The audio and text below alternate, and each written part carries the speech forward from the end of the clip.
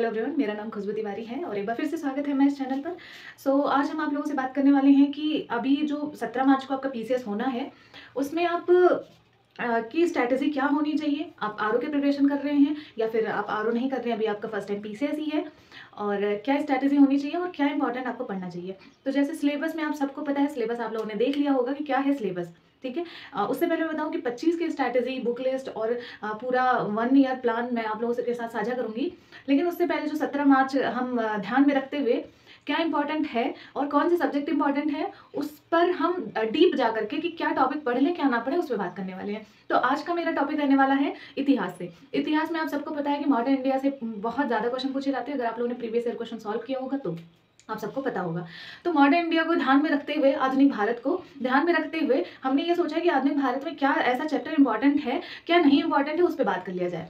तो उसी पर जो मेरे नोट्स थे, जैसे ये मेरे पर्सनल नोट्स हैं, तो जब मैंने स्टडी अपनी स्टार्ट करी तो पहले मैंने इसी पर काम किया कि क्वेश्चन कहाँ से पूछे जाते हैं, कौन से टॉपिक से पूछे जाते हैं, साथ ही क्या टॉपिक ज़्यादा पूछा जा रहा है, रिपीटेड आ रहे हैं, कौन से नहीं आ रहे। तो जिन टॉपिक पर रिपीटेड क्वेश्चन आते हैं, मतलब हर साल कहीं ना कहीं से घुमा फिरा के क्वेश्चन देखे ही जाते हैं, वरना एक कई गैप हो गया, एक साल का ज़्यादा नहीं होता, उन सबको मैंने लिख रखा था। उसके बाद मैंने मैं उसी पर ही काम करती हूँ, तो रिजल्ट आप सबको पता ही रहता है।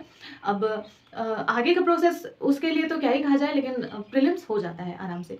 तो आप सबको पता है कि मैं अपने ही नोट्स या अपनी ही बनाई हुई स्ट्रैटेजी को आप लोगों के साथ साझा करूंगी, और हमारा आज मॉडर्न इंडिया रहने वाला है क्योंकि उससे बहुत ज़्यादा क्वेश्चन पूछे जाते हैं। तो उसी पर आज हम आपको बताएंगे कि मॉडर्न इंडिया में क्या आप पढ़ के जाएं। कुछ आपकी लगभग टॉपिक बन रहे हैं, 10 चैप्टर बन रहे हैं, 9-10 चैप्टर बन रहे हैं, वो आप पढ़ के जाएंगे। जो टॉपिक हम नाम बताएंगे, ठीक है, आप नोट कर लेना या फिर टेलीग्राम ज्वाइन कर लेना, मैं टेलीग्राम पे भेज दूंगी, आप उसको ही पढ़ के जाना। मॉडर्न इंडिया से गारंटी के साथ क्वेश्चन आपका वहीं से आएगा और अलग से क्वेश्चन नहीं आने वाला, ठीक है। आप उतना रिवीजन करके जाओ। ये हमारा 17 मार्च की स्ट्रैटेजी रहने वाली है, ठीक है। और आगे का हम 25 के लिए हम अलग से बात करेंगे।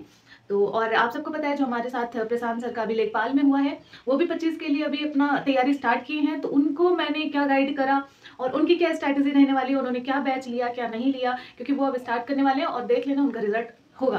तो वो कैसे करेंगे, क्या वो, आप डिले मत करो, मैं उनकी भी चीज़ों को साझा करूंगी, मैंने क्या उनको सजेशन दिया, क्या हुआ, वो सारी चीज़ें हम आपके साथ साझा करते रहेंगे कंटिन्यू, और अच्छे अच्छे प्लान्स बताते रहेंगे, क्या गलतियां करो क्या ना करो, पढ़ाएंगे नहीं इस पर, बट प्लान्स और आपकी गलतियों पर जरूर वर्क करेंगे हम। तो चलो फिर हम टॉपिक आप लोगों को बताते हैं, आप देख लो क्या आपको पढ़ना है उसमें, क्या आपको नहीं पढ़ना है। तो ये रहने वाला है आपका पूरा प्लान। और इसमें जो बुक लिस्ट होने वाली है, अभी मैं बता दे रही हूँ, बुक लिस्ट में आप अभी कोई किताब आपके पास होगी, ऑफकोर्स सबके पास होती है, तो या आपके पास वाणी होगी तो वाणी से कर लेना, आपके पास नहीं कुछ है तो आपके पास पूर्वालोकन होगी तो आप पूर्वालोकन से कंप्लीट कर लेना, या फिर आप कोई 1 लाइनर किताब है या उससे कर लेना, मतलब जिससे आप कर सकते हो, या जो आपके पास सोर्स है या आपके खुद के पर्सनल नोट्स है, या फिर मैंने पीडीएफ भेज दिया, वहां से आप जहां से भी कंफर्टेबल हो आप अपना वहां से कंप्लीट कर लेना, ठीक है। तो आप अपना रिवीजन वहां से करते हुए चलो, ठीक है। और ये आपकी बुक लिस्ट है, जरूरी नहीं है अभी मैं 17 मार्च के लिए कोई बहुत बड़ा किताब नहीं बता सकती, मतलब जिसमें पूरी थ्योरी हो, क्योंकि आपको प्रीलिम्स हम निकालना है, तो इसलिए मैंने बताया है। तो आप अपने हिसाब से आप अपना टॉपिक देख लेना, और कल से हम पीसीएस का आपका जो प्लान है उस पर हम बात करेंगे, मतलब डेली हम पीसीएस के लिए टारगेट देंगे। जो लोग 11 को पेपर देंगे उसके बाद वो इसके साथ जुड़ जाएंगे, हम फिर से वो चीज़ें रिवीजन भी कर लेंगे, ठीक है। जैसे आप सबको पता है कि हमने आरओ के लिए बहुत अच्छे से रिवीजन प्लान डाला था और हमने 3-4 बार रिवीजन करवाया है। तो ये मुझे बहुत मोटिवेट किया, और आप लोगों के साथ भी, मतलब ये रिवीजन प्लान बहुत अच्छा गया। तो अब ऐसे हम पीसीएस में भी 2 बार तो हम रिवीजन करवा ही लेंगे। तो चलो फिर अब हम आपको बताते हैं आपके टॉपिक। सो हेलो एवरीवन, एक बार फिर से स्वागत है हमारे इस चैनल पे। आप लोग आरओ का एग्ज़ाम्स तो आप दे रहे होंगे और उसकी कोई न्यू स्ट्रैटेजी नहीं है, बस आपके पास जो भी किताबें हैं आप उसे रिवीजन करते हुए चलें, और जो भी नोट्स हैं बस वही रिवीजन करते हुए चलें, नया कुछ भी मत पढ़ें, और आप टेस्ट लगाते हुए चलें, ठीक है। तो आप आरओ का तो एग्ज़ाम दें, और जो लोग पीसीएस ही भरे हुए हैं, आरओ नहीं डाले हुए थे और इस बार पीसीएस दे रहे हैं, उन लोगों के लिए मैं बताना चाहूँगी कि भारतीय इतिहास में कि आपका क्या इंपॉर्टेंट है पीसीएस के लिए, ठीक है। हम आरओ की बात नहीं कर रहे हैं, हम पीसीएस की बात कर रहे हैं, और भारतीय इतिहास में क्या इंपॉर्टेंट है क्या नहीं इंपॉर्टेंट है उस पर हम बात करने वाले हैं। तो जैसा कि आप देख सकते हैं, ये आपका भारतीय इतिहास पर हम इम्पॉर्टेंट बात करने वाले हैं। आप सबको पता है कि इतिहास से क्वेश्चन अच्छे खासे पीसीएस में पूछे जाते हैं, तो बाकायदा मैंने ये पूरा एनालिसिस करके लिखा हुआ है। आप सबको पता है कि 3 भाग में बांटा गया है, प्राचीन भारत और मध्यकालीन भारत और आधुनिक भारत, 3 कालखंडों में इसे बांटा गया है। तो आपको जो मैक्सिमम क्वेश्चन पूछे जाते हैं वो आपके आधुनिक भारत से पूछे जाते हैं, ठीक है, आधुनिक हो और आपका आधुनिक पढ़ने के बाद आप जो पढ़ेंगे वो प्राचीन और फिर मध्यकालीन भारत। बट आधुनिक भारत में क्या क्या पूछे जाते हैं, क्या क्या टॉपिक हैं, मैं उस पर बात करूंगी।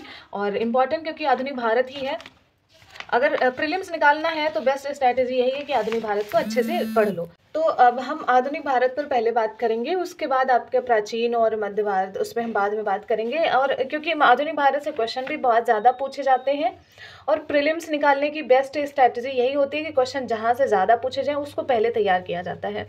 तो आधुनिक भारत में हम आपको ये बताएंगे कि आपको कहाँ से, मतलब आपको कौन से टॉपिक को पढ़ना है, कौन से टॉपिक को छोड़ना है।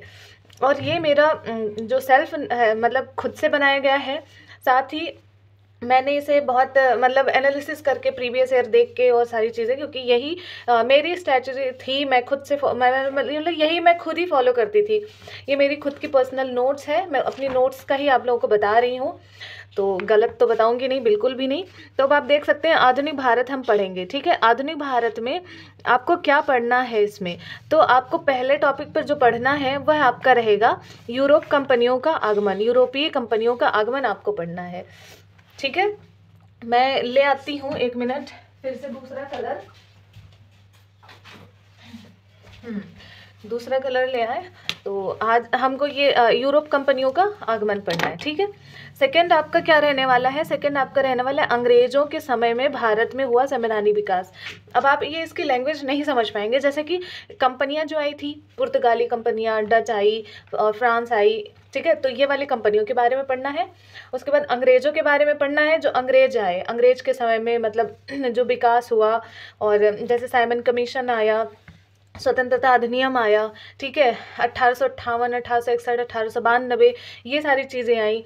और इसी के समय में यहाँ तक आपको पढ़ना है जहाँ तक पाकिस्तान और भारत अलग हो जाता है, साथ ही आपका स्वतंत्रता मिल जाती है। तो भारतीय स्वतंत्रता अधिनियम 18 जुलाई 1947 को आया था, तो यहाँ तक आपको कंप्लीट करना है। तो ये अंग्रेजों का पूरा कार्यकाल आपको पढ़ना है। उसके बाद जो है इसमें ये आपको कार्यकाल तो पढ़ना ही है, जो हमने संवैधानिक विकास बताया। देखो लैंग्वेज पे थोड़ा जाना, संवैधानिक विकास। साथ ही अब आपको क्या देखना है, अंग्रेजों, आई थिंक आप लोगों को दिख रहा होगा, एक मिनट। साथ ही आप क्या पढ़ेंगे, अंग्रेजों का विजय, ठीक है, अंग्रेजों का विजय। जैसे कि विजय कौन सा, बंगाल का विजय जिसमें नवाब के साथ हुआ, ठीक है। तो ये वाला विजय, जैसे कि प्लासी का युद्ध हुआ, ठीक है, बक्सर का युद्ध हुआ, तो ये सब उनकी विजय के बारे में पढ़ना है। यानी कि मैंने आपको बहुत अच्छे से ये बताया कि विजय, जो भी उन्होंने युद्ध या जो भी जंग उन्होंने लड़ा, तो उनकी विजय हुई वो आपको याद रखना है, साथ ही उनके संवैधानिक विकास याद रखने हैं, ठीक है। तो ये हो गया अंग्रेजों का। फिर उसके बाद आपको क्या पढ़ना है, उसके बाद आपको पढ़ना है मराठाओं का इतिहास पढ़ना है। मराठा बहुत इंपॉर्टेंट है, आजकल ये पूछे जाते हैं। तो मराठा में जैसे शिवाजी, छत्रपति शिवाजी और पेशवा। अब आपको इनका क्रम भी याद रखना है कि संभाजी, राजाराम फर्स्ट, और उसके बाद शिवाजी साराभाई, साहू जी, राजाराम द्वितीय, तो ये आपका, और सबसे अंत में अयप्पा साहिब। तो ये आपको क्रम याद रखना है। जैसे पेशवा में पहले पेशवा बालाजी थे, फिर बाजीराव फर्स्ट थे, बाजीराव द्वितीय थे, फिर माधवराव थे, नारायण राव थे, माधव नारायण राव, फिर और बाजीराव द्वितीय। तो ये आपको क्रम याद रखना है। उसके बाद आपको क्या पढ़ना है, मराठाओं की नीति बहुत इंपॉर्टेंट है, ये आते हैं हर साल को एक ना एक क्वेश्चन पूछे ही जाते हैं।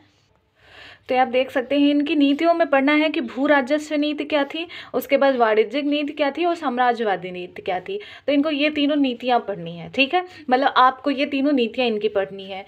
जैसे कि आप देख सकते हैं इनकी भू, और मतलब ये तीनों नीतियाँ याद रखना कि उनकी भू राजस्व क्या थी, वाणिज्यिक नीति क्या थी, और साम्राज्यवादी, ये तीनों प्रकार की इनकी नीतियाँ पढ़नी है मराठाओं की, ठीक है। साथ ही डलहौजी की जो हड़प, जैसे कि ये नीति में आपका अंग्रेजों का भी आ जाएगा, मराठाओं का भी आ जाएगा, तो पूरा आपको पढ़ना है। जैसे डलहौजी की हड़प नीति आई, तो ये आपको पढ़ लेना है। तो इसमें सारी नीतियाँ आ गई। अब ये देखो मैंने ट्रिक से लिख रखा है, SJSBUJNA, ठीक है। ये ऐसे ट्रिक से लिखा है, सतारा, जैनपुर, संबलपुर, बागहाट, उदयपुर, झांसी, नागपुर, अवध और प्रयागराज। ये आपका मैंने लिख रखा है ऐसे कि ये क्रम से इनकी हड़प, डलहौजी की जो हड़प नीति थी, ये इनके क्रम वाइज थे, ठीक है। उत्तर प्रदेश का जो झांसी है, ठीक है, तो मैंने वो भी लिख रखा है। उसके बाद जो है अब विद्रोह पढ़ लेना है। तीसरे पॉइंट में आपका क्या रहेगा, विद्रोह। विद्रोह में आपका क्या रहने वाला है, आदिवासी विद्रोह पढ़ना है। एक मिनट, आपको दिख नहीं रहा होगा ये, अब एक मिनट, उसके बाद आप देख सकते हैं विद्रोह रहने वाला है। विद्रोह में आपका रहने वाला है आदिवासी विद्रोह रहेगा और नागरिक विद्रोह रहेगा 1857 की क्रांति और कृषि क्रांति। अब आदिवासी में आप जानते ही हैं, आदिवासी विद्रोह पढ़ा ही होगा, नागरिक में नागरिक का, और ये आप देख सकते हैं कृषक विद्रोह भी है। अब आगे हम बताते हैं आपको कैसे। तो विद्रोह आपको ये पढ़ लेने हैं जितने भी टाइप के हों, ठीक है। तो विद्रोह आपका हो गया। उसके बाद आपको राष्ट्रीय आंदोलन पढ़ना है, ठीक है। राष्ट्रीय आंदोलन के 3 चरण आपको आप देखते हैं, 1858 1905 तक, फिर दूसरा चरण 1905 से 1919 तक, और तीसरा चरण आपका 1919 से लेकर के 1947। अब ये राष्ट्रीय आंदोलन जो है, जब आप अंग्रेजों का ये कार्यकाल पढ़ेंगे ना, तो इसमें भी थोड़ा आप पढ़ लेंगे, साथ ही फिर आप यहाँ भी आप पढ़ेंगे तो आपका रिवीजन हो जाएगा। तो जैसे कि ये आप देख सकते हैं राष्ट्रीय आंदोलन के जो क्रम है, अब ये सारी चीज़ें मैंने लिख रखी थी कि कैसे क्या पढ़ना। जैसे कि 1905 में आपका बंगाल विभाजन हुआ था, तो एक सवाल पूछा जाता है डेट वाइज कि 16 अक्टूबर को बंगाल विभाजन लागू हुआ था, ठीक है। और फर्स्ट बंगाल विभाजन की खबर जो पत्र में प्रकाशन हुआ था 1903 में हुआ था, ठीक है। ये 3 में हुआ था, फिर 1905 में लागू हो गया था, और 19 जुलाई 1905 को घोषणा हुई थी। तो ये पेपर में आता है घोषणा कब हुई थी, इसलिए मैंने यही लिख रखा है, ठीक है। तो उसके बाद आपको 5वें पॉइंट में ये कामागाटा मारू प्रकरण पढ़ना है। ये जापानी जहाज़ थी, आप सबको पता है, वो खरीदा था गुरुदीप सिंह ने। तो इसके बारे में छोटा सा होगा, पढ़ लेना।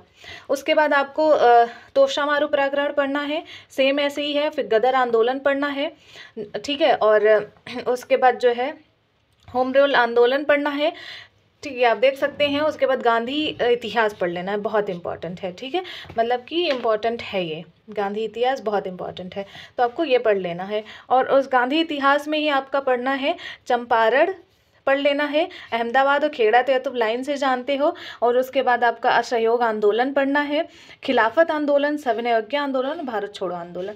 तो ये हमारा हो जाएगा। गांधी का मैंने अलग से लिख रखा है कि मेरे को अलग से पढ़ना है।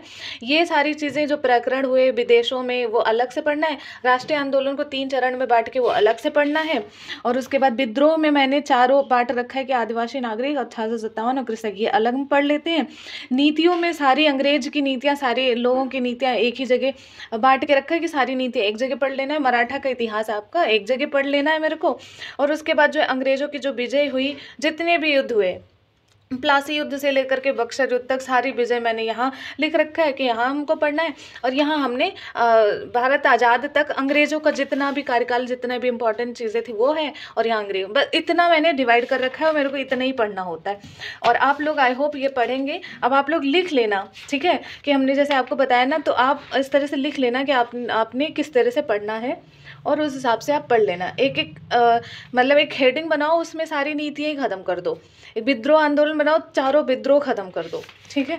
तो ऐसे रिवीजन भी अच्छा होता है, कॉन्सेप्ट भी क्लियर होता है, और आप लोगों को इतना ही पढ़ना है, ठीक। और ज़्यादा आपको पढ़ने की ज़रूरत नहीं है एक्स्ट्रा, ठीक है। तो ये हो गया आपका मॉडर्न इंडिया, आपको यूपी पीसीएस के लिए इम्पॉर्टेंट है, ठीक है। और आगे समय तो मिल नहीं पा रहे, समय मिला तो मैं अपने नोट्स को पढ़ा दूँगी। और ये अपने नोट्स को मैं देखो क्या करती हूँ, बट ये बहुत अच्छे नोट्स हैं, बहुत ज़्यादा अच्छे नोट्स हैं। तो आप लोगों को ये आप रखना है। मैं इसकी फ़ोटो भी टेलीग्राम पे भेज दूँगी, तो कम्युनिटी बॉक्स में मैं टेलीग्राम का लिंक दे दूँगी, आप वहाँ से जा करके आप फ़ोटो ले लेना, ठीक है। और आप अच्छे से इसे देख लेना कि कहाँ से क्या पढ़ना है, और आप पढ़ते हुए चलो। और हम लोग फिर ऐसे ही हर टॉपिक पे बताते हैं कि कहाँ से कितने ज़्यादा क्वेश्चन पूछे जाते हैं, तो वो आपको हम बताएंगे, और कैसे आपको पढ़ने का तरीका है वो बताते हैं। और मैंने बहुत कुछ इसमें नहीं लिखा हुआ है, जो जैसे कि इसमें मैंने जो प्रकरण हुए थे बहुत इंपॉर्टेंट, वही प्रकरण यहाँ लिखे हैं, सारे प्रकरण मैंने नहीं लिखे हैं, ठीक है। तो ये मत कहना कि मैंने सारा ही तो लिख दिया, मैंने यहाँ सारा नहीं लिखा हुआ है। जो बहुत इंपॉर्टेंट थे, जहाँ से क्वेश्चन पूछे जाने की संभावना है, वही लिखा है हमने, ठीक है। तो इस तरह से आपको कंप्लीट करना है। तो ये हो गया आपका जो है पीसीएस के लिए आपके नोट्स किस तरह बनाने हैं, और क्या क्या आपको इम्पॉर्टेंट मॉडर्न इंडिया में पढ़ के जाना है। और सिर्फ मॉडर्न इंडिया आप कंप्लीट कर लो, और कंप्लीट करने की ज़रूरत नहीं है इतने कम समय में। और ऐसे ही हम आपका ज्योग्राफी, इकोनॉमी और हर एक सब्जेक्ट पे बात करने वाले हैं। तो चलो विषय पे इसे हम यहीं लगाते हैं विराम, और हम नेक्स्ट टॉपिक में मिलते हैं। तब तक के लिए जय हिंद।